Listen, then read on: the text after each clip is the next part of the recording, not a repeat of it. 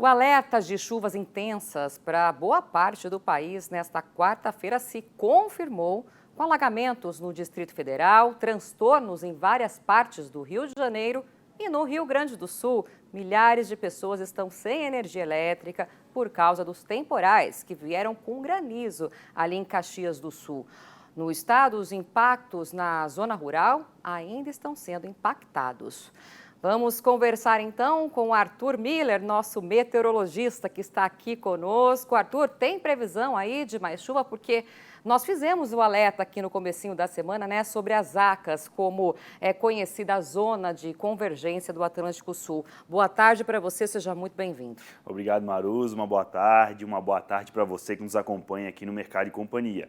A chuva deve sim continuar aí na região sul, porque o que acontece, apesar de não ter uma frente fria, nenhum cavado na região, o que acontece lá no momento é que uma alta pressão que está sobre o oceano vai jogando umidade ali para a faixa litorânea, pegando a faixa leste e eventualmente forma aí tempestade de forma pontual, porque também estamos aí na época do verão e as águas também estão aquecidas ali na região. Então, combinação aí de levantamento de ar e umidade provoca aí tempo severo, só que de forma mais pontual, como acabou acontecendo em Caxias do Sul.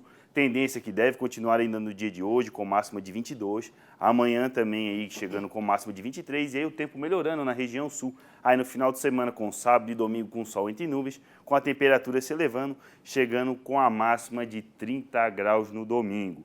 Para as demais áreas no Brasil, vamos ver nas imagens de satélite aqui a zona de convergência do Atlântico Sul já formada, levando aí a banda de nebulosidade com chuvas, principalmente no Brasil Central, e ainda fica aqui o alerta, principalmente para Goiás e Minas Gerais, porque vem chovendo aí de forma bem volumosa, já passando aí em vários municípios mais de 100 milímetros nas últimas 72 horas, e a tendência é que, ao menos nas próximas 48 horas, essa chuva deve continuar.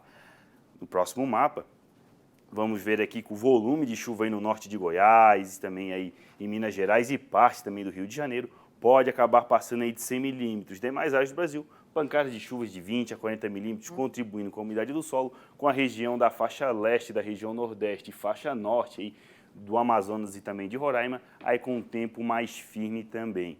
A seguir, vamos ver aí que para amanhã, temporais aí vão ficar mais localizados em Rondônia, faixa oeste de Mato Grosso e veja, continuam em Goiás com volumes aqui na mancha em vermelho que podem aí acabar aí passando aí de 100, 150 milímetros em 24 horas. Então, risco de alagamentos que vale também lá para o Espírito Santo. Tendência de tempo firme em Mato Grosso do Sul, interior aí da região sul, com a chuva ainda predominantemente, principalmente no litoral de Santa Catarina.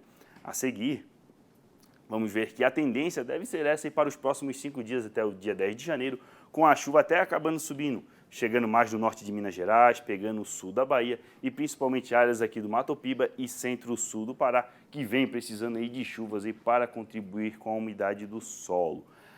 A seguir, vamos começar a falar sobre o feijão, vamos que falar. se encontra aí na fase de semeadura. Exatamente, porque a primeira safra, né, tem quase 62% das áreas semeadas, isso segundo a Conab nos informou, né? Já a colheita está em 15,5%. Como é que estão as condições dessas lavouras aí, Arthur? Conta pra gente. Então, se encontram aí atrasados aí em relação ao mesmo período do ano passado, cerca aí de 17%, porém, quero chamar a atenção aí, principalmente que os trabalhos aí na Bahia foram acelerados devido ao retorno das chuvas e Minas Gerais aí deve acabar aí finalizando o plantio nas próximas semanas, porque agora com as ACAS vem chovendo bastante na região e isso vai atrapalhar os trabalhos em campo. Santa Catarina também deve acabar aí finalizando os plantios, falta aí por mais ou menos 4%, e tem chovido mais aí principalmente na faixa litorânea. A seguir, vamos ver a questão da colheita, que em Goiás já se iniciou aí os trabalhos em campo, já conta com 1%. São Paulo já finalizou os trabalhos em campo porque já o ciclo é antecipado e o Paraná já está aí com 24% da safra colhida.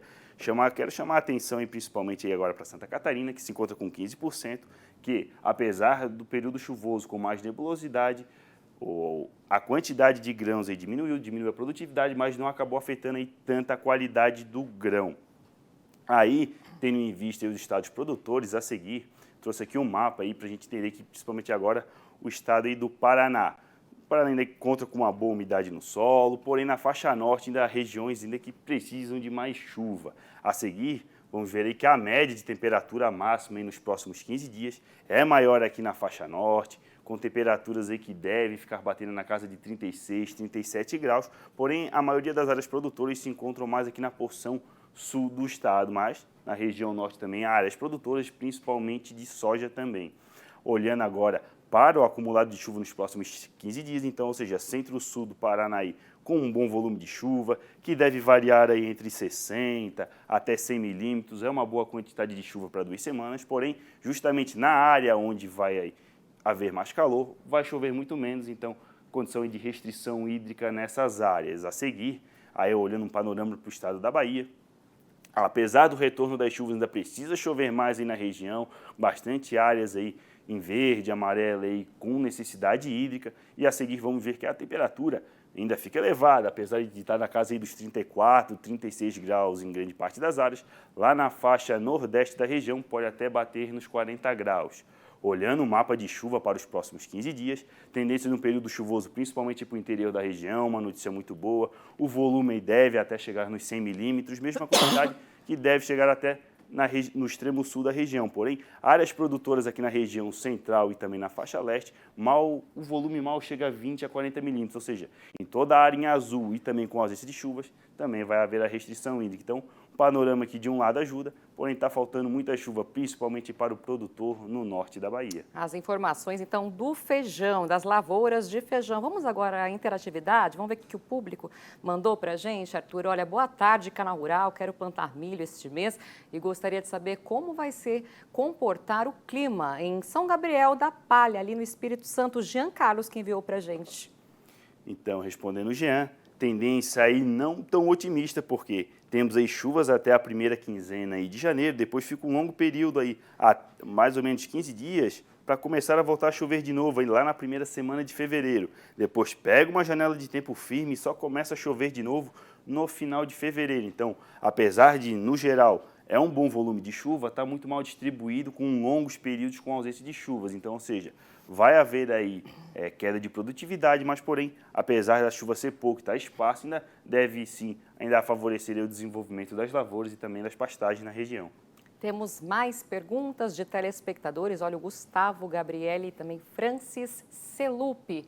Olá, gostaria de saber como fica o clima para Nova Mutum, ali no Mato Grosso. E aí?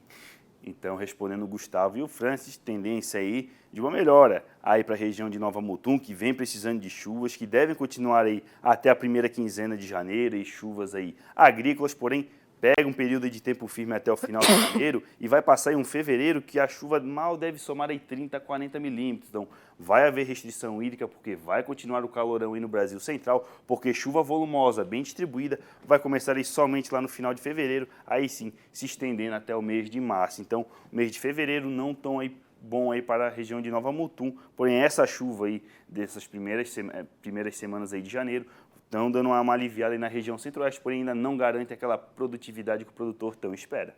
Vamos lá, né? Vamos para a próxima pergunta. Olha, boa tarde, gostaria de saber a previsão de chuvas para os próximos 3 meses no município de América Dourada, na Bahia, o Rubenaldo e Ervinaldo Barbosa.